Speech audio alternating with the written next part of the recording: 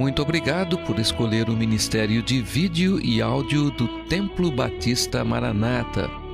Depois de ouvir esta mensagem, visite o nosso site www.tbm.org.br. A nossa igreja oferece discipulado cristão, instituto bíblico e muitas oportunidades para o seu crescimento espiritual.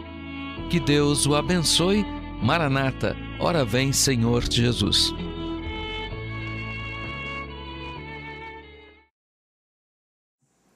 Eu estou pregando nesta noite, morrer para viver, de Lucas, capítulo 14, dos versículos 25 a 33. Você pode abrir lá a sua Bíblia, Lucas, capítulo 14.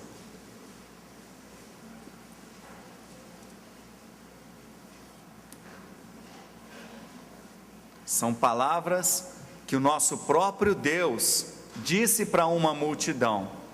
Nosso Jesus Cristo, nosso Mestre, o nosso Senhor, ele proferiu estas palavras de Lucas. E sabe, irmãos, há um cristão chamado Dietrich Bonhoeffer. É uma história muito triste deste homem, mas apesar de tudo inspiradora, porque ele era um verdadeiro discípulo, que é o assunto que nós estaremos discorrendo nessa noite. Esse jovem teólogo cristão se opôs ativamente ao movimento nacional socialista na Alemanha, liderado por Hitler. Foi enviado a um campo de concentração, onde sofreu as mais terríveis torturas. Contudo, com sua fé e esperança, inspiradas por uma profunda devoção por Deus e pelo nosso Senhor Jesus Cristo, ele encorajou seus companheiros de prisão e por fim chegou mesmo a ganhar o respeito de seus guardas. Em seu livro, O Preço do Discipulado, Bonhoeffer diz que muitos de nós não queremos pagar o preço total como servos de Cristo.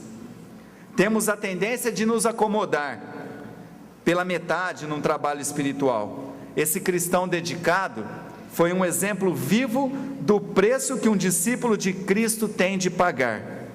Bonhoeffer, fuzilado, pagou o preço com sua própria vida, pois não deixara de pregar o Evangelho, nem mesmo no campo de concentração. Lucas 14, 25, eu leio para os irmãos, veja o que acontece. Mas antes vamos ter uma palavra de oração. Bendito Deus, agora, com o perdão dos meus pecados, eu imploro que o Senhor me ajude a transmitir a Tua palavra com fidelidade, e que o poder do Teu Espírito Santo esteja convencendo do pecado, da justiça e do juízo, e que almas possam ser salvas nesta noite. Também, ó Pai, que seus filhos sejam transformados, saiam daqui mais parecidos com o nosso Senhor Jesus Cristo. É o pedido da minha oração, ó Pai, que a Tua vontade seja feita, e que o Senhor opere nesta noite, crescimento, edificação e salvação, no nome de Jesus Cristo, com o perdão dos meus pecados, amém. Lucas 14, 25. Ora, ia com ele uma grande multidão, e voltando-se, disse-lhe. Então vejam, irmãos, que Jesus estava caminhando, e uma grande multidão o seguia. Milhares de pessoas estavam com Jesus Cristo. Eles, irmãos, estavam seguindo Jesus Cristo por um motivo: eles queriam as bênçãos do Senhor. Jesus nessa época já tinha feito milagres, curas, multiplicação do alimento, dos peixes, dos pães, enfim, Jesus já estava como se demonstrando como um mestre de poder, e aquela grande multidão, digamos então, um corpo inchado de pessoas, seguia o Senhor Jesus Cristo. Mas eu enfatizo, muitos ali não estavam ali por causa do Senhor das bênçãos, mas queriam as bênçãos do Senhor. E Jesus Cristo vai então corrigir essa atitude da multidão. Irmãos, quem não pode ser discípulo de Cristo? Nesta noite, eu estarei demonstrando para vocês 3 tipos de pessoas que o Senhor Jesus Cristo aponta neste texto que não podem serem seus discípulos. Em primeiro lugar, não pode ser discípulo de Cristo quem ama mais os parentes. Vamos ler o versículo 26? Se alguém, então veja que são palavras de Jesus Cristo: se alguém vier a mim e não aborrecer a seu pai, e mãe, e mulher, e filhos, e irmãos, e irmãs, e ainda também a sua própria vida, não pode ser meu discípulo. Interessante a palavra do Senhor Jesus Cristo aqui, e mais interessante ainda é o termo aborrecer, porque nós entendemos que esse termo aqui é sinônimo de odiar, mas espera aí, vamos entender isso. Será que Jesus estava ensinando que os verdadeiros discípulos devem odiar os seus parentes? Obviamente que não. Jesus Cristo certa vez apoiou, os fariseus no sentido, apoiou não, ele contestou os fariseus que eles não honravam os seus pais. Então Jesus Cristo, até na sua morte, ele ensinou, ele pregou, ele demonstrou que seus discípulos devem honrar pai e mãe. Mas então o que seria que Jesus Cristo estava dizendo com aborrecer todos esses parentes aí que ele citou, que nós lemos? Irmãos, os mestres naquela época, e Jesus é o mestre dos mestres, usavam uma figura de linguagem chamada hipérbole, um exagero de uma palavra para mostrar, para enfatizar a lição. Ele queria, portanto, chamar a atenção da multidão. O que Jesus estava mostrando àquelas pessoas, e elas entenderam perfeitamente, porque estavam no mesmo contexto de Jesus, e preste atenção agora, era que os laços familiares não podem nos impedir de servir a Deus integralmente. Vou repetir, porque é fundamental isso no seu entendimento. Os laços familiares não podem nos impedir de servir a Deus integralmente. Irmãos, eu tinha 18 anos, e apesar de ser um religioso praticante, eu recebi Jesus Cristo na igreja na qual eu sou membro hoje, numa pregação do pastor Jaime Rose, que os irmãos conhecem muito bem.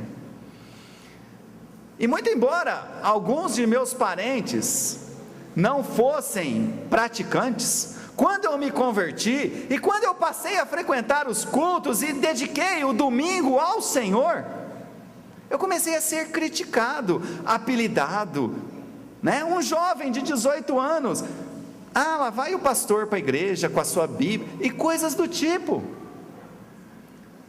Mas irmãos, o verdadeiro discípulo não permite que laços familiares o impeçam de servir a Deus integralmente. Os alvos desta igreja, para esse ano, Deus em primeiro, é correto, é assim que deve ser, Deus em primeiro. Observe ainda que no versículo que eu li para os irmãos, a pessoa que não aborrecer a sua própria vida, não pode ser discípulo de Jesus Cristo. Sabe por quê, irmãos? Porque no nosso eu, e esse foi o problema de Lúcifer, conforme Isaías 14, Ezequiel 28, o eu. O nosso eu, a nossa carne, talvez seja a sua maior luta, o seu maior inimigo é quanto às suas próprias vontades. mas até a nossa própria vida deve ser renegada em amor ao Senhor Jesus Cristo. Pastor, que palavra dura, mas foi Jesus Cristo quem disse: se você não aborrecer a sua própria vida, você não pode ser meu discípulo. Sabe, irmãos, eu tenho visto pessoas idolatrarem o seu trabalho. Pessoas, inclusive cristãos, que têm a oportunidade de aposentar e fazer alguma coisa para Deus, mas idolatram o seu trabalho. Outros dão valor demais para o lazer. Estava comentando com os jovens, irmãos, no sábado, e eu falo hoje para vocês, para estar na escola dominical, no domingo, nós temos que vir preparados para adorar o Senhor, e o domingo, no nosso calendário, começa às 0 horas, às 0 hora, então se você quer vir preparado para louvar a Deus, para entender a mensagem de Deus, com a mente bem, olha, você tem que dormir, e aí já começa a adoração, e aí já começa o serviço para o Senhor Jesus Cristo. Mas jovens gostam de ficar diante de um computador, e aí talvez vai dormir 3 horas da manhã, e depois já para acordar no domingo, para vir para a escola dominical, é aquela dificuldade. Será que isso é ser discípulo de Cristo? Será que você não precisa rever os seus posicionamentos e priorizar Jesus Cristo, a escola bíblica dominical e o culto de manhã, e ir dormir cedo no sábado? É algo para se pensar. Outros, preferem gozar a vida, servirem a Deus, praias, noites, o campo, o futebol, as diversões, a pescaria, e olha que eu gosto de pescar, mas se essas coisas, se esses lazeres, se esses desejos estiverem na frente de Deus, está errado. Deus deve estar, o Senhor Jesus Cristo, a obra dele, na frente, até do nosso lazer. Lazer é importante? Sim, é importante, nós devemos, nós precisamos, mas, irmãos, se você priorizar a sua própria vida em detrimento da obra de Deus e do amor a Jesus Cristo, o Senhor disse: não pode ser meu discípulo. E sabe, irmãos, lá em Lucas capítulo 18, um pouquinho para frente aí, eu leio para vocês, Lucas 18, 29 e 30, olha só o que o Senhor Jesus Cristo disse para o apóstolo Pedro. E ele lhes disse, Lucas 18, 29 e 30,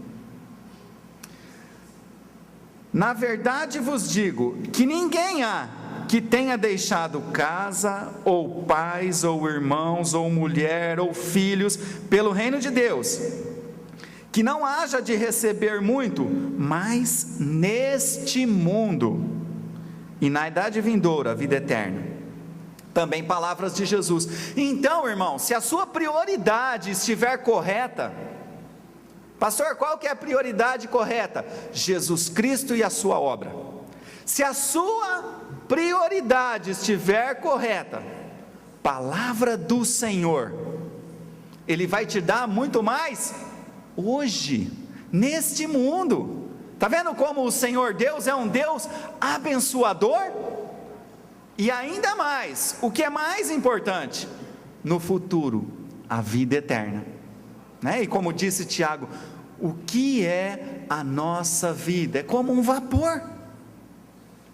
Então, irmãos, a verdadeira recompensa de nós cristãos, não se enganem, é servir a Deus, é pregar o Evangelho. Não há alegria maior do que ir num orfanato, isto jovens, eu ouvi de jovens, de ir num asilo e falar de Jesus Cristo, e ver pessoas se rendendo ao amor dele, E depois, não há algo mais agradável do que deixar um fruto na igreja, uma pessoa salva, que Deus usou você para salvar aquela alma para a eternidade. Que alegria, que recompensa! E o Senhor Jesus aqui promete muito mais. Pastor, o senhor está falando que não pode ter lazer? Eu não estou falando isso. Eu estou falando o que Jesus Cristo disse, que as nossas prioridades devem ser assim: Jesus Cristo e a sua obra em primeiro, depois o resto. Irmãos, não pode ser discípulo de Cristo quem ama mais os parentes. Em segundo lugar, quem ama mais o presente, também não pode ser discípulo de Cristo. Vamos voltar lá para Lucas 14, veja o que Jesus Cristo está dizendo para a multidão. Lucas 14 e 27. E qualquer que não levar a sua cruz e não vier após mim, não pode ser meu discípulo. Vamos entender isso. Aqui, claramente, Jesus Cristo nos ensina que só pode ser discípulo de Cristo aquele que tomar duas atitudes. Está vendo o E aí? Duas atitudes. A primeira, levar a sua cruz, e a segunda, vir após Jesus. Vamos entender esse termo, essa expressão idiomática, levar a sua cruz. Sabe por que esse texto precisa ser bem entendido? Porque levar a sua cruz hoje tem um significado diferente do contexto cultural de Jesus Cristo. Essa expressão que nós usamos habitualmente, eu estou levando a minha cruz, é sinônimo de, eu estou tendo problemas, né? Eu poderia exemplificar isso com a vida da minha mãe. Ela toma conta de duas tias de mais de 80 anos, uma com mal de Alzheimer e a outra paralítica, desde os 5 anos. Então, ela é tesoureira da igreja, onde o pastor Wagner pastoreia a nossa segunda igreja, e ela tem muito trabalho, mas ela faz com amor. Ela mesma nunca me disse isso, eu estou carregando a minha cruz, ela nunca disse, mas eu estou exemplificando, que esta expressão hoje, nós usamos assim, olha, eu estou tendo um problema, e estou levando esse problema, estou levando a vida. Mas, irmãos, não foi isso que Jesus Cristo quis dizer com levar a sua cruz. Jesus não está falando que você tem que levar o seu problema aqui, não é isso. Então vamos lá, pastor, então o que significa levar a sua cruz naquele contexto? É isso que nós vamos ver agora, para você aplicar hoje na sua vida. Muito bem, nós sabemos historicamente que o Império Romano dominava em Israel e muitas províncias na época do Senhor Jesus Cristo, e Roma executava os seus inimigos de guerra, executava todos aqueles que se opunham ao sistema romano, com a morte na cruz. Jesus Cristo não foi o único, irmãos, que foi morto na cruz. A história romana mostra isso. A história antiga, pessoas, inimigos, eram crucificados nas estradas, eram torturados, eram despidos, eram envergonhados, tinham que carregar a sua cruz até o local da crucificação. Então era um processo de tortura, humilhação, até chegar na morte. E é isso que Jesus Cristo está falando para cada um de seus discípulos.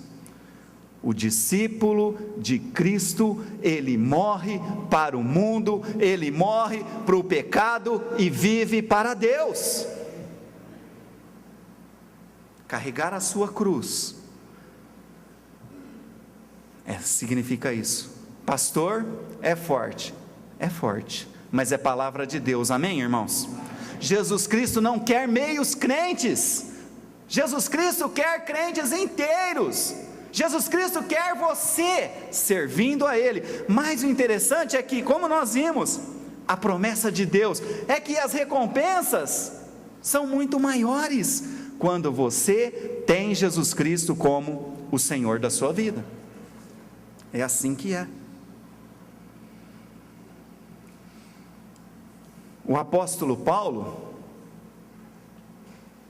é diferente ainda, viu, irmãos, de nós. Nós dizemos, olha, eu prego isso, nós temos que ter prioridades em nossas vidas, Deus quem tem que estar em primeiro, a nossa família em segundo, a igreja, eu prego isso, mas o apóstolo Paulo era diferente. Irmãos, o apóstolo Paulo não tinha uma lista de prioridades, ele tinha uma prioridade só. Pastor, onde o senhor vê isso na Bíblia? Filipenses 1:21. O apóstolo Paulo, inspirado por Deus, disse, olha, para mim o viver é Cristo. Então, na lista de prioridades do apóstolo Paulo, Cristo, Jesus Cristo, fazer a sua vontade, salvar almas, implantar igrejas. Pastor, eu tenho que ser igual ao apóstolo Paulo? Olha, se você imitá-lo, você vai fazer muito bem.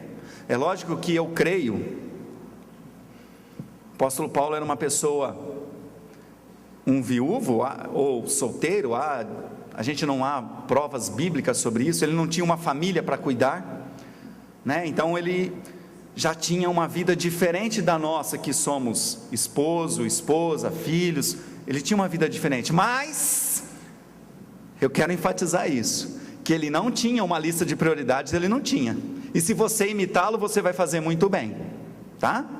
Jesus Cristo Paulo tinha uma prioridade só, Jesus Cristo, pregar o Evangelho, trabalhar pela obra, fazer missões, enviar missionários, cuidar das igrejas. Para mim o viver é Cristo, e o morrer é ganho. Mas, nós vimos nesse versículo 27 aqui, que são duas atitudes que o verdadeiro discípulo de Jesus tem. A primeira, levar a sua cruz, e agora, a segunda, vier após mim. Irmãos, Jesus Cristo é Deus onisciente, e agora eu introduzo uma palavra aqui na mensagem, para os nossos visitantes. Jesus Cristo veio nesse mundo com uma missão, já que nós estamos falando de cruz, né? Ele desceu do céu, ele decidiu deixar o seu trono de glória, e se humilhou, por amor a cada um de vocês que estão presentes nesta noite, neste culto, e por mais uma humanidade toda. Então a morte de cruz do Senhor Jesus, que ele já sabia que iria enfrentar, foi por amor a você. E a palavra de Deus nos garante, nos afirma, nos ensina, que não há outro meio de alguém ser salvo da pena do pecado, a não ser pelo sangue de Jesus Cristo, a não ser recebendo Jesus Cristo como o Senhor da sua vida. E se você tem dúvidas, pastor, eu nunca ouvi isso, será que se eu morresse, e todos nós vamos morrer um dia, será que eu morrer agora, eu sou salvo? Eu vou junto da presença de Deus? Olha, eu estou falando para você o Evangelho. Jesus Cristo não morreu à toa. Jesus Cristo precisou derramar o seu sangue para pagar os pecados, mas não é só isso, Jesus Cristo ressuscitou, e Ele tem poder para te dar vida eterna, hoje, porque a salvação não é pelas obras, porque custou muito caro para Deus, nem um caminhão de ouro. O apóstolo Pedro, em 1 Pedro 1, 19 e 20, ele discorre sobre isso, nem um mundo de prata e ouro não é suficiente, porque custou a vida do Filho de Deus. Somente Jesus Cristo pode te dar vida eterna. E se você que nos visita aqui, pastor, eu quero saber mais disso, vai haver um momento, mas receba o Filho de Deus como seu Senhor, receba Jesus Cristo como seu Salvador, e você vai sair dessa porta muito diferente do que entrou. Você vai sair salvo, você vai sair com certeza de vida eterna. Mas eu dizia, a outra atitude do discípulo é vir após Jesus. Irmãos, Jesus, sendo Deus onisciente, saberia que ia morrer e ia para o céu. E Jesus Cristo determinou que quem ia dar continuidade à sua obra era a igreja. Portanto, irmãos, seguir após Jesus é fazer a obra de Deus, é você sendo um missionário amanhã. Jovens, vão começar as aulas, seus colegas, seus amigos que não conhecem Jesus Cristo, estão perdidos. Cada adulto aqui presente vai se relacionar amanhã com seu patrão, com seu empregado, e você sabe, pessoas que estão indo para o inferno. Aliás, João 3, o apóstolo inspirado por Deus disse que estão condenadas no presente. Quem está sem Cristo não é que vai ser condenado, estão hoje condenados, precisam desesperadamente de Jesus Cristo, e Deus não vai mandar um anjo pregar o Evangelho, e Deus não vai exigir dos pastores, presta atenção no que eu estou falando, as pessoas que Ele colocou na sua vida. Deus vai cobrar dos pastores as pessoas que Ele coloca na vida deles, no relacionamento deles. Se eles não pregaram o Evangelho para essas pessoas, nós, pastores, vamos dar contas, e vocês também vão dar contas, de um primo, de um tio, de uma tia. Talvez o seu pastor nunca vai conversar com essa pessoa, e você, crente no Senhor Jesus, que crê no céu e no inferno, que crê no lago de fogo, na inspiração bíblica, o que você está fazendo por seus amados, por seu vizinho, por seu patrão? Ah, mas aquele homem é um servo do diabo. É mesmo? Você está esperando coisa boa do servo do diabo? É seu papel amá-lo, ele vai fazer a vontade do pai dele, é seu papel amar o seu inimigo, pregar o Evangelho, vir após mim.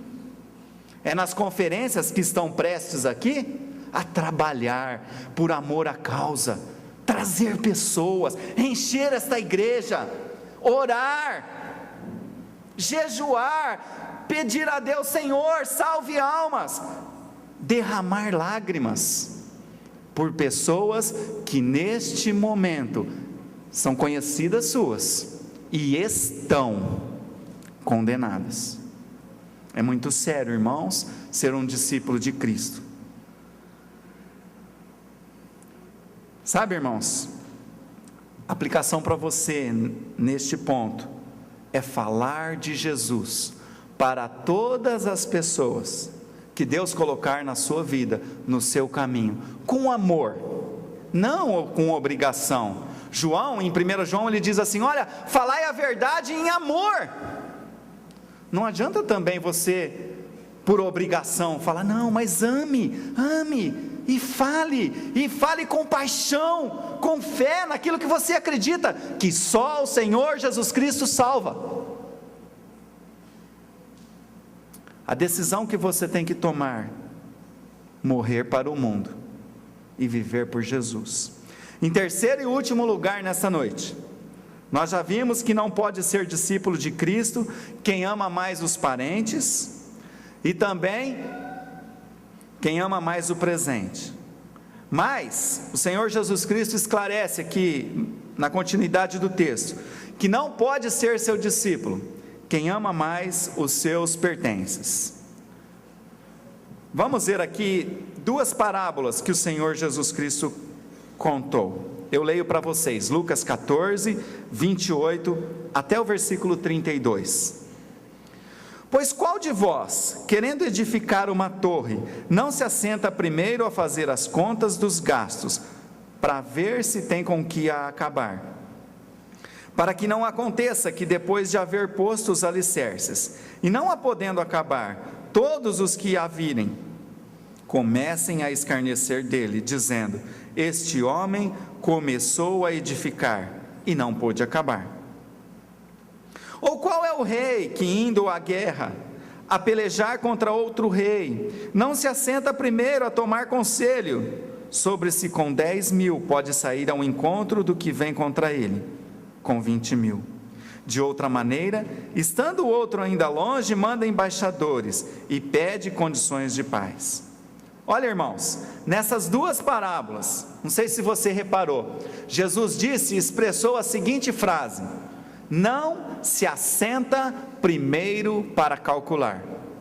Jesus estava falando à multidão como deveria ser o seu verdadeiro discípulo, e agora, através dessas duas alegorias, ele quer convidar as pessoas a avaliarem a situação, pois o verdadeiro discípulo paga o preço de se dedicar totalmente a Jesus. Na parábola da construção da torre, Jesus mostra que, para não serem envergonhadas, as pessoas, antes de começar a construir, calculam os custos. Agora, você tem que entender isso lá naquele contexto, né? A nossa realidade hoje é diferente, porque hoje é comum, né? A dificuldade da vida. Então alguém primeiro compra um terreno para ter a sua própria casa, e depois ajunta o dinheiro, vou fazer o alicerce agora, e vai lá e faz o alicerce, e para mais um pouquinho, e depois levanta as paredes. Então no nosso contexto, não é vergonhoso fazer isso, mas lá atrás, há 2000 anos atrás, quando Jesus Cristo vivia, era muito vergonhoso alguém começar uma obra e interrompê-la sem ter condições. Então, a parábola aqui mostra que é necessário avaliar e pagar o preço de ser discípulo. É preciso refletir para ser discípulo de Cristo, para fazer a obra de Deus e pagar o preço. Não desistir, mas pagar o preço, optar por pagar o preço de ser discípulo. Não, eu vou fazer, custe o que custar. Servir a Jesus, irmãos, é prioridade na vida de um discípulo verdadeiro. Olha o que ele fala no último versículo, no versículo 33. Assim, pois, qualquer de vós que não renuncia a tudo quanto tem, não pode ser meu discípulo. Irmãos, esse é o clímax da mensagem de Jesus Cristo aqui para a multidão. E ele declara o seu propósito expresso, a característica do verdadeiro discípulo.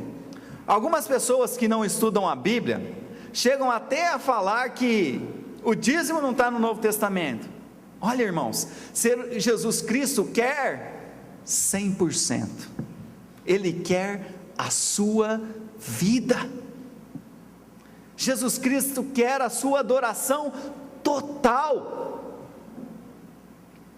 Pastor, isso não é demais? Não, porque quando você agir, quando você se colocar debaixo da autoridade de Cristo, irmãos, Ele honra a sua palavra, e Ele vai saber recompensar. Existe um movimento na atualidade, nós vimos até alguns artistas aí sendo salvos, e depois mulheres que se dizem salvas por Jesus posando nuas. Que absurdo! Dizem que basta Jesus ser o Salvador e pronto, está tudo bem. Não! Irmãos, a Bíblia nos apresenta que Jesus é Salvador de quem tem Ele como o Senhor. Romanos 10, 9. A saber, se com a tua boca confessares ao Senhor. Então Jesus salva quem recebe Ele como o Senhor da sua vida. E Ele é o melhor Senhor. Ele é o bom pastor. Ele é o Deus fiel. Jesus Cristo é o melhor amigo. Mas para ser discípulo dele, você tem que recebê-lo como o Senhor da sua vida. E olha só o que ele disse. Quero ler esse versículo antes de terminar. Em Mateus 11, de 28 a 30. Pastor, não é muito priorizar tanto assim Jesus Cristo? Não, não é. Olha o que ele diz em Mateus 11, 28, e é isso que acontece nas nossas vidas, porque é a palavra de Deus.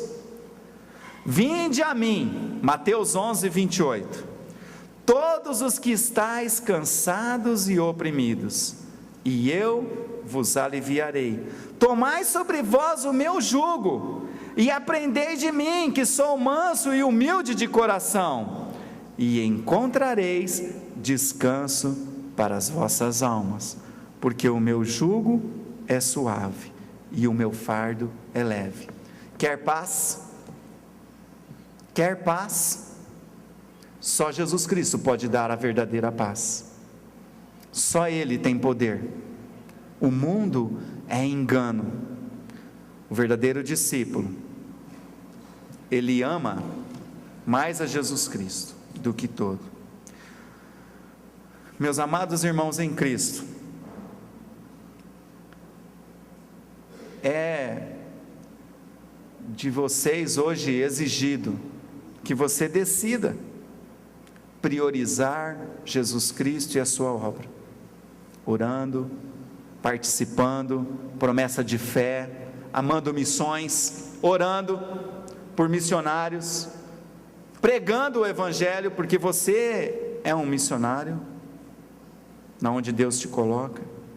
Decida priorizar Jesus e a sua obra. Em segundo lugar, decida morrer para o mundo e viver para Jesus.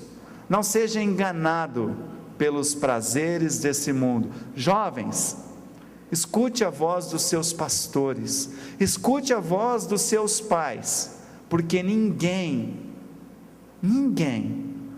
os ama mais do que eles. Ouça-os. Viva para Jesus Cristo. Terceiro lugar,